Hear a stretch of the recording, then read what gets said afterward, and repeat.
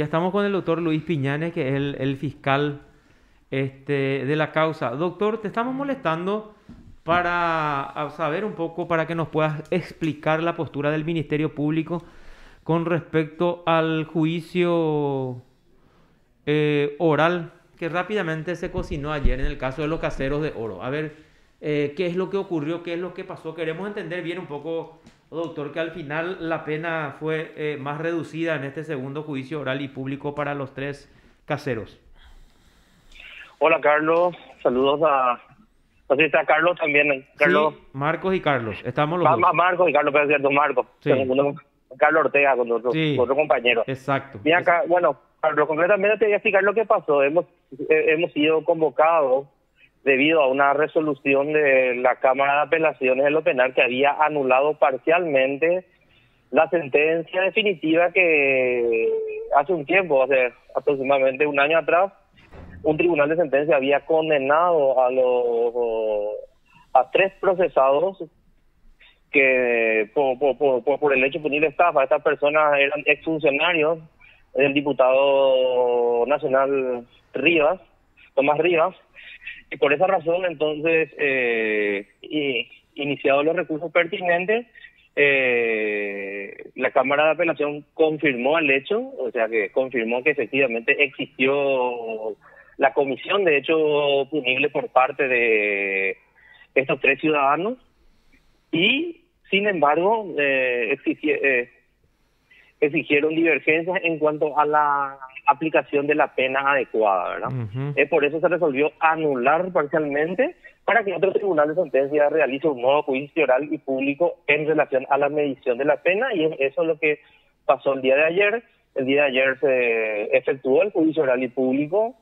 El Ministerio Público solicitó una sanción de 4 años, 6 meses para Reinaldo Chaparro, Ney Franco, y en relación a Lucio Romero, solicitó la aplicación de pena privativa de libertad de 4 años. El Tribunal de Sentencia evaluó, sin embargo, ellos consideraron idónea la aplicación de la pena de 2 años para estas tres personas. En la aplicación verbal que posteriormente va a estar asentada en la sentencia para la cual se dispuso su lectura este lunes, creo que es el 5 de julio, ¿verdad? Ujú. Eh, el presidente refirió de que este tribunal estaba imposibilitado a otorgar una pena mayor a la que se había otorgado a estas personas en el juicio oral anterior, en virtud al principio de la reformatio in peius. Y bueno, ese es el criterio de ese tribunal, como vos dijiste también. En aquella ocasión, ese tribunal de sentencia había condenado a 3 años a Reinaldo Chaparro y a 2 años, 6 meses a los señores Neri Franco y Lucio Romero. Fíjese, como vos decís, es una pena más baja que la anteriormente. Sin embargo, ¿por qué el Ministerio Público solicita una pena mayor? No es por tener una medida populista ni nada por el estilo. Es un criterio que nosotros tenemos, o que yo tengo, en el sentido de que acá existe una nulidad parcial. ¿Y cuál es el efecto de la nulidad? Es dejar sin efecto esa situación. Entonces, estamos hablando diferente si existe una revocación. La sanción que hubo anteriormente no existe, no refiere. Entonces, yo estoy obligado a establecer la pena que yo considera, y donde este tribunal no me puede limitar una pena que no existe, que fue anulada. Mm. La posición que yo tengo. Respeto la posición del Tribunal de Sentencia. Al dictar su veredicto dieron esa explicación. Voy a esperar los argumentos de esa resolución, y bueno, esto es un proceso penal, y si yo considero que yo tengo la razón, entonces recurriré por las instancias pertinentes, que es el recurso de apelación especial. Sí, la Corte tiene un fallo con relación a este principio y dice que cuando la Fiscalía no apele y solamente apele el afectado, se opera la reformato imperio independientemente de que sea revocación Nulidad. o nulidad, ¿verdad? Bueno, en eso, como vos decís, doctor, podemos coincidir o no. Lo que yo no puedo coincidir es en que este tribunal haya bajado la sanción. O sea, no podés agravar, pero el principio no te dice que tenés que bajar. Bueno, y ellos, es por eso que en ese tribunal se estableció la base de la medición de la pena. Es como vos mismo estás también, el doctor Medina se había referido a ese fallo de la Corte. Yo no conozco ese fallo de la Corte, voy a analizar, ¿verdad? Y bueno, y hay que ver las razones a través de las cuales ellos consideran de que no, en la hipótesis que lo que vos estás manifestando, Sí, ¿por qué bajaron en el caso de uno 1 año y en el caso del otro 6 meses, ¿verdad? sí, Que, sí. que efectivamente el resultado es inmediatamente operaría la suspensión a toda la ejecución de la condena, ¿verdad? Categórico. Pero bueno, para establecer una pena se debe establecer cuáles son las bases de la medición, qué circunstancias ellos tuvieron como agravantes o atenuantes, que es lo que también yo expuse y la defensa también hizo lo suyo, ¿verdad? Entonces, vamos a ver. La explicación que brindó el tribunal, como es natural, es una explicación a grandes rasgos. Esto tiene que estar asentado en una resolución judicial y en base a eso se analizará lo que cada parte considere pertinente para recurrir si así lo considera. Si este mecanismo, bueno, si este principio va a ser el derrotero a partir de ahora de los tribunales, de las cámaras, necesariamente la fiscalía debería de apelar todos los fallos, doctor, porque si no van a salir siempre con esta versión de los hechos. No, la fiscalía no apeló y por eso no se puede agravar la situación de estos condenados. Y claro, y hay que ver, o sea yo no quiero también adelantar, yo soy una persona que tengo una posición jurídica, pero también estoy en un proceso. Este tribunal tiene un criterio, y ahora vos me estás con lo que hay ese fallo. Yo no conozco ese fallo de la Corte. Yo me voy a lo que determina el efecto de una nulidad. Sí, claro, Entonces, claro. y bueno, y ahí hay que ver, y ahí habría que ver lo que dice la ley. Hay que ver si la posición, cuál es la posición, cuáles son los argumentos de esa sala. De todas formas, yo tengo el argumento de recurrir, y bueno, hay una serie de situaciones después, o sea, que significaría eventualmente, si se está hablando de la misma persona, y eventualmente en otro juicio oral que también está vinculado al proceso, si yo voy a estar limitado a una medida privativa de libertad. Acá van las razones por las cuales a veces el Ministerio Público en su momento no recurrió. Se debió definitivamente a cuestiones de estrategia procesal. Es muy engorroso y por la experiencia es lo que significa una apelación y eventualmente un reenvío. O sea, este juicio oral que se hizo el día de ayer no fue el día 1, no fue inmediatamente. Existieron otra vez suspensiones donde la misma defensa solicitó la suspensión, cambio de abogado y una serie de cosas. Sí, Entonces, mismo. acá hay cosas que muchas veces también corren en nuestra contra, que son los plazos de prescripción o extinción. Porque yo te digo algo, este recurso, en la hipótesis de que yo considere, bueno, ya hay una condena, pues, desde siempre, pues, desde el año pasado ya existió necesariamente debió existir una sanción porque se demostró el hecho de que estas personas cometieron el hecho por una estafa. Inclusive, yo no estaba muy de acuerdo en la posición de ese tribunal que decía que no había cobro indebido, pero un recurso nuevamente, ¿cuál es el efecto? Es un reenvío. Sí. En un caso paralelo tenemos que hasta hoy día ni siquiera podemos conformar una cámara de apelación porque existen inhibiciones, recusaciones y el tiempo corre, el tiempo pasa, ¿verdad? Y lo que pasó el día de ayer, nuevamente existen los razones para un recurso de apelación especial. No sabemos en cuánto tiempo se va a conformar una cámara. Posteriormente a la decisión que tenga esa cámara de apelación, puede ser recurrida otra vez ante la Sala Penal de la Corte Suprema de Justicia, que si bien hay algunos plazos, pues son muchos acuerdos que a veces se suspenden, a veces pasan tiempo, y el tiempo y el peor enemigo para la justicia es el tiempo. Sí, entiendo. La gente olvida, Vos sabés que Sí. entiendo perfectamente lo que está diciendo, doctor, pero no comparto en algo. Sí. Como decía antes el doctor Frete en reuniones, ¿verdad? Yo no puedo cargar la mochila de Carlos Benítez, ni la mochila de Matthew. Que la justicia sea un desastre, y deje que prescriban o se extingan las acciones, eso no tiene que ser el parámetro para que la fiscalía no apele, doctor.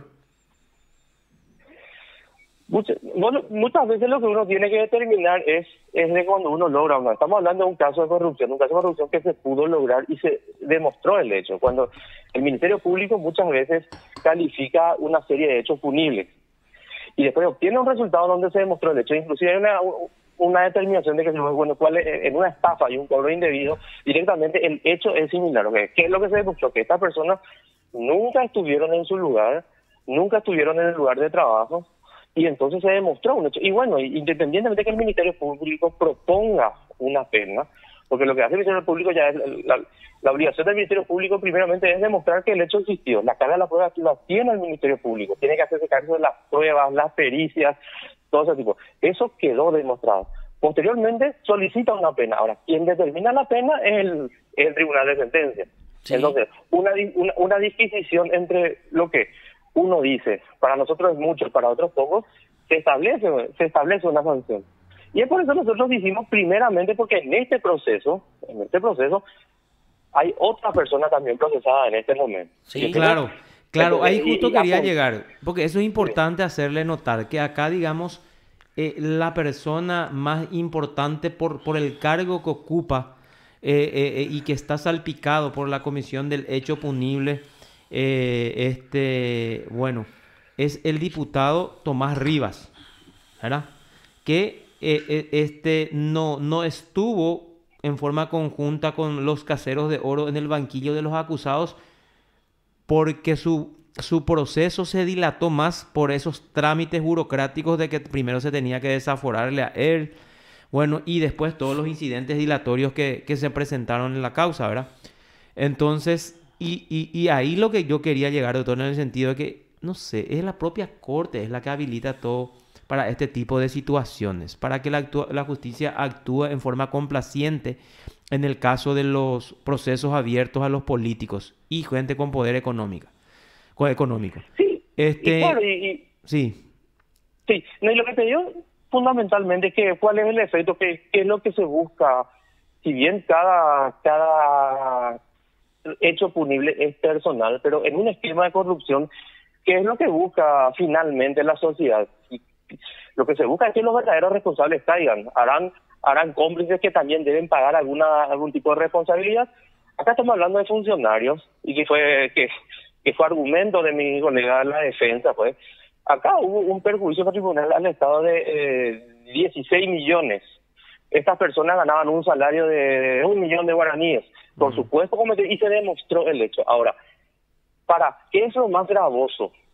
¿Qué es lo más latente y lo más, para decirte, fuerte para esta situación? De que un parlamentario se preste y colabore y tenga a personas que no presten la función de vida. Hay luego una denuncia que fue lo que en principio se denunció. Ahora, como la obligación, la carga de la prueba, no se pudo demostrar ese hecho, pues la denuncia refería de que estas personas cumplían trabajos domésticos en la casa del diputado. Pero como eso tiene que ser demostrado en prueba, fue una noticia periodística que después se inició un proceso penal, entonces lo que sí pudimos demostrar con elementos de pruebas objetivos, que por eso se llevó una condena, es que esas personas jamás estuvieron en el lugar de la Cámara de Diputados cuando ellos por contrato debían cumplir funciones en esos lugares. Entonces, ahora, ¿quién es la persona que colaboró? ¿Quién es la persona que dio el visto bueno? Y eso vamos a discutir en un juicio oral. Yo creo que, yendo a la lógica, con las pruebas que se tienen, es una cuestión de tiempo de que esto se realice. Entonces, muchas veces queremos que todos los responsables paguen, pero fundamentalmente, como siempre ocurre, vamos tras a los responsables, a las verdaderas cabezas que motivaron este esquema de corrupción. Porque jamás una persona, un auxiliar, va a acceder a ese tipo de cargos si no hay un visto bueno o un apoyo de gente de mucho poder que les brinden cobertura o le protejan.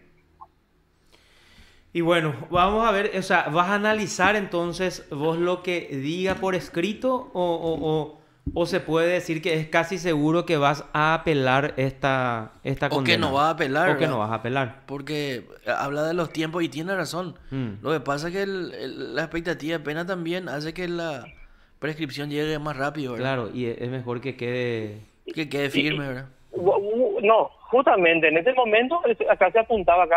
Para mí cuando ocurrió esta sentencia que llegó fue importante porque se demostró, en realidad ellos eran los autores del cobro indebido y autores de la estafa, ¿verdad? Mm, Pero ¿cuál fue la victoria tan grande a nivel ciudadano, diría, con esa sentencia? Es de que ese hecho ocurrió, mm, de que eso pasó. De que ¿Y se cuál es el haya mensaje que comprobado el mandé, hecho. se haya comprobado el hecho de que esas personas no estaban y en esas planillas estaban la firma del superior jerárquico? No hace falta que yo te diga el nombre. Entonces, esa persona que no estaba sometida a ese proceso ha quedado demostrado ante un Sí. tribunal y confirmado en cámaras de que esto ocurrió. Porque cuando los procesos ocurren como eso, se respeta el derecho a la claro. defensa. Doctor, Nosotros somos persecutores, somos el brazo derecho de algún dirigente político o somos manejados por otra cabeza. Siempre es así. Entonces, cuando se logró ese hecho, para nosotros fue llevado hasta fue una liga. Acá nosotros no estamos locos. Acá nosotros presentamos pruebas positivas y convencimos a un tribunal. Y llega un momento que así pongo, bueno, la pena, o no está conforme con la pena, pero bueno, lograste. Y son situaciones que vos, ahora bien, aquí cambia la situación de ella está determinada, ¿verdad? Bueno, Sí. seguramente ellos apelarán también. Acá lo que yo estoy viendo es el otro juicio, realmente analizar realmente si es que la condena en autoría, ¿verdad? Por estafa, porque el otro procesado también está ya procesado por autoría, si ese criterio también me limita a mí en otro proceso judicial, Claro. o al tratarse de personas, estoy nada más analizando, o al tratarse de personas diferentes cuya actuación fue diferente, no tiene absolutamente nada que ver, o solamente se circunscribe a la misma persona. Son situaciones que yo tengo que analizar y obviamente, Marco, también si es demasiado contundente, porque podemos hablar de fallos que se puedan discutir o situaciones, pero si es algo contundente y algo determinante, que porque también muchas veces también nosotros no tenemos que buscar generar expectativas, generar una apelación, ¿verdad? Generar una apelación que a la larga vas a terminar perdiendo, ¿verdad? Eso tampoco es positivo, o sea, ese es el Claro. tiempo que yo tengo para analizar. Por eso que yo cuando el doctor Medina explicó, yo creo que fue hacia mi persona esa explicación, porque soy yo que vi la sanción, entonces yo respeto su criterio, yo Claro. escucho y bueno, y si me equivoco, ¿verdad? Doctor, en este tipo de juicios, o sea, es un juicio mío su generis, ¿verdad? Pues se trata de pena nomás. ¿Se aportan pruebas nuevamente? Ese fue objeto de discusión en el juicio oral. Claro que es un nuevo juicio oral y vos tenés la facultad de presentar pruebas en determinadas situaciones. Te voy a dar un ejemplo, ¿verdad? Sí. Lo que vas a entrar a discutir acá son las pruebas y existe una situación, por ejemplo, de que en mi caso de la fiscalía, por ejemplo, me llegó una información de que sí tuvo una condena y anteriormente no tuve conocimiento. Entonces yo ofrezco ese testimonio porque va a ser parte de la valoración de la pena en virtud del artículo 65, ¿verdad? Sí. Ahora lo que la defensa hizo, bueno, seguramente, si ustedes hablan con el doctor Gunahuete o ya hablaron con él, es lo que refiere que nosotros no presentamos nada en el sentido de que el tribunal no podía valorar la prueba cuando todavía no presentamos, o sea, que lo que él quería, lo que él decía es que nosotros teníamos que demostrar que efectivamente ellos son reprochables. Y eso no, y en eso nosotros diferimos, claro, contundentemente, porque acá no hay nada es parte del expediente y parte del proceso, resoluciones judiciales donde queda latente que existe reprochabilidad. O sea, yo no tengo por qué nuevamente demostrar lo que ellos hicieron cuando el tribunal tiene la obligación de conocer ese estado de reprochabilidad y simplemente suscribirse a las bases de la medición. Entonces, Claro, al no tener nada que demostrar, todavía no hablamos con el doctor Gunahueter, pero una persona que siguió muy de cerca el juicio me apuntó eso, ¿verdad? Que hubo una pequeña discusión o algo así, que la fiscalía ya no presentó nuevas pruebas o nuevamente las pruebas, ¿verdad? Cuando incluso se le dio la oportunidad desde el tribunal de, doctor, usted, fiscalía, va a presentar pruebas y no, ya está todo. Y realmente yo también digo, ¿verdad? O sea, ya está ni en el documento, existe la reprochabilidad comprobada, acá la punibilidad no es lo que ya se discutía. Así mismo es. Y claro, si yo hubiera tenido un elemento más que podría, por ahí sí yo tengo el deber también, si yo tendría un elemento de prueba que beneficiaba al procesado imputado y era un argumento mediante el cual yo podría tener en cuenta para esa base, sí se ofrece hasta una testificación, cualquier medio de prueba.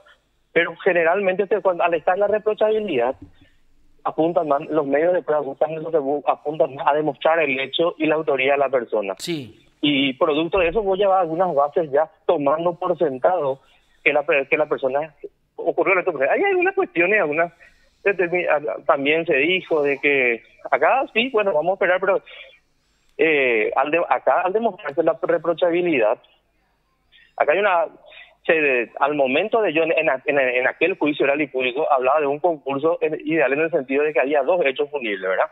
Estafa y cobro indebido. Posteriormente el tribunal de sentencia, bueno, tomó su decisión, no, acá hay estafa. Que es un marco penal mayor, se haya contenido, y el tribunal de sentencia determinó de que de todas formas existió un concurso homogéneo.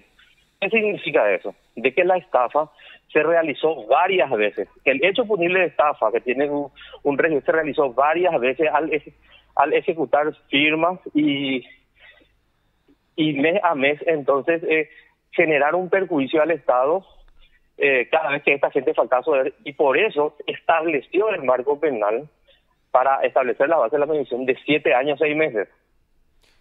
Perfecto. Y es lo que después se quiso decir de que yo confundí el anterior juicio. El régimen concursal homogéneo habla de cuando una persona comete varias veces un mismo hecho punible. Sí. Y eso quedó acreditado en el anterior juicio. La defensa ni siquiera cuestionó ese punto.